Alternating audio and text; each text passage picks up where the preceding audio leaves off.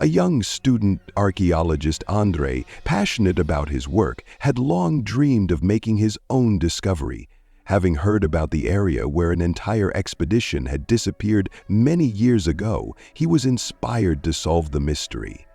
The area was known among locals as the Empty Tract, but since the expedition had disappeared without a trace, people had avoided it.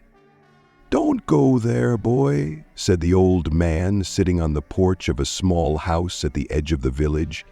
"This land is cursed. You'll find nothing there except death. Those who went there never returned." Andrew smiled reservedly. "I'm an archaeologist, and I'm not afraid of fairy tales," he replied. "The expedition's disappearance was just an accident, maybe a landslide or wild animals, nothing more." The old man just shook his head. "You think I'm making this up? Then listen.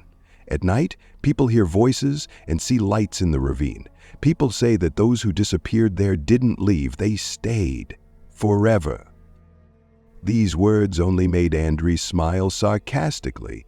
He was sure that such stories were just an attempt by the locals to scare off strangers. But the more they tried to stop him, the more his interest grew.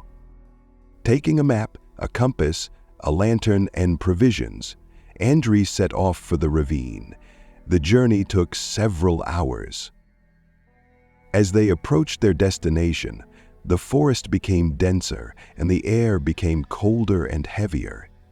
It was surprisingly quiet around. No birds singing, no noise of the wind.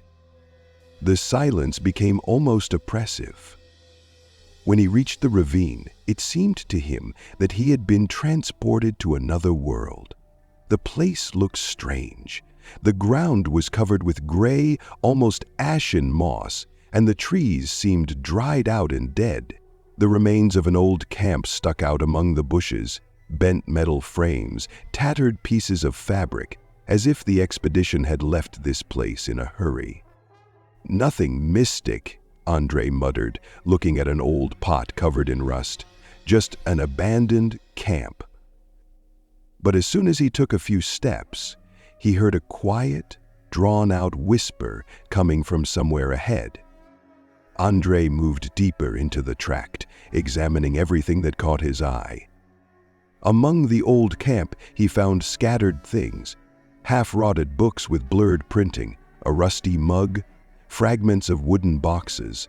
It seemed that the expedition had left this place in panic, leaving everything behind, including their equipment. But he found the strangest thing near a large stone covered in moss. On the stone were scratched symbols that he had never seen before. They looked like ancient runes, but their patterns seemed too complex, as if written by an alien hand. Andrew quickly photographed the find, feeling a chill run down his back. The stone seemed to emit a barely noticeable warmth, although it was icy to the touch. When he climbed a small hill to inspect the area, he noticed something strange. A shadow flashed at the edge of his vision, quickly sliding between the trees. He stopped, looking around, but saw nothing. The wind, he told himself, trying to ignore it. But the shadows kept appearing, sometimes in the bushes, sometimes near the dead trees. They were vague, as if they were part of the thick fog that had begun to creep over the tract. The rustling became louder. At first it sounded like the wind ruffling dry grass, but soon Andrew realized the rustling sounded as if someone was following him. Every time he turned around, he saw only emptiness, but the feeling that he was being watched grew stronger. "Who is there?" he shouted, trying to convince himself that it was all his imagination. All he heard in response was dead silence. When he went down the hill, he came across a strange artifact. It was a round metal disc covered with the same symbols as on the stone. He picked it up, and at that very second, he felt the air around him become even heavier. The sounds of rustling were now coming from all sides, getting closer. He began to walk faster towards the exit of the tract, but realized that the road back had become unrecognizable. "It's impossible," he muttered, looking around. The terrain had changed. The trees had grown taller, their branches intertwined, creating strange, curved figures reminiscent of claws. A whisper was heard in the air, muffled and multi-voiced.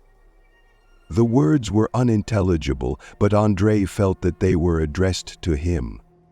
His heart was pounding in his chest.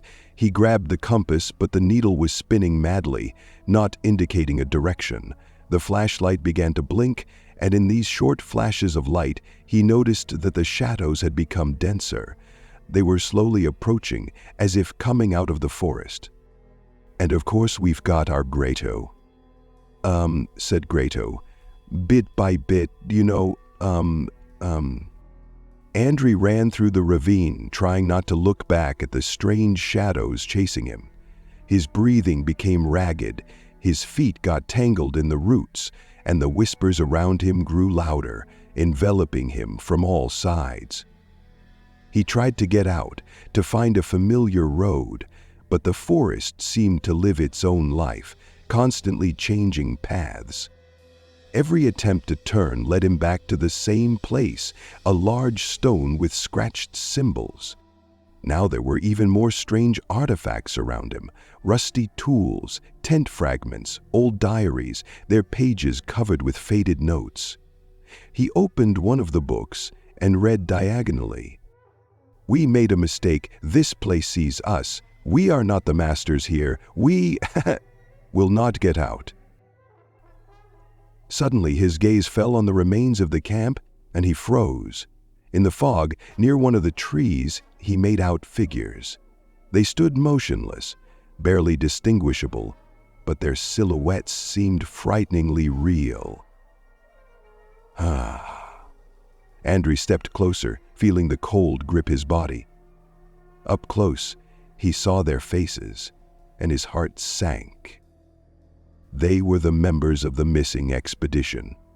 Their faces were frozen in an expression of horror, and their eyes were empty, like dead glass. They did not move, but Andrei felt their presence. It seemed that they were looking right at him, silently inviting him to join. "No, no, it can't be!" he screamed, tearing away. He ran with all his might, but the shadows followed him, getting closer. Eventually, he found himself in front of the same stone again. The whispers became louder, turning into words.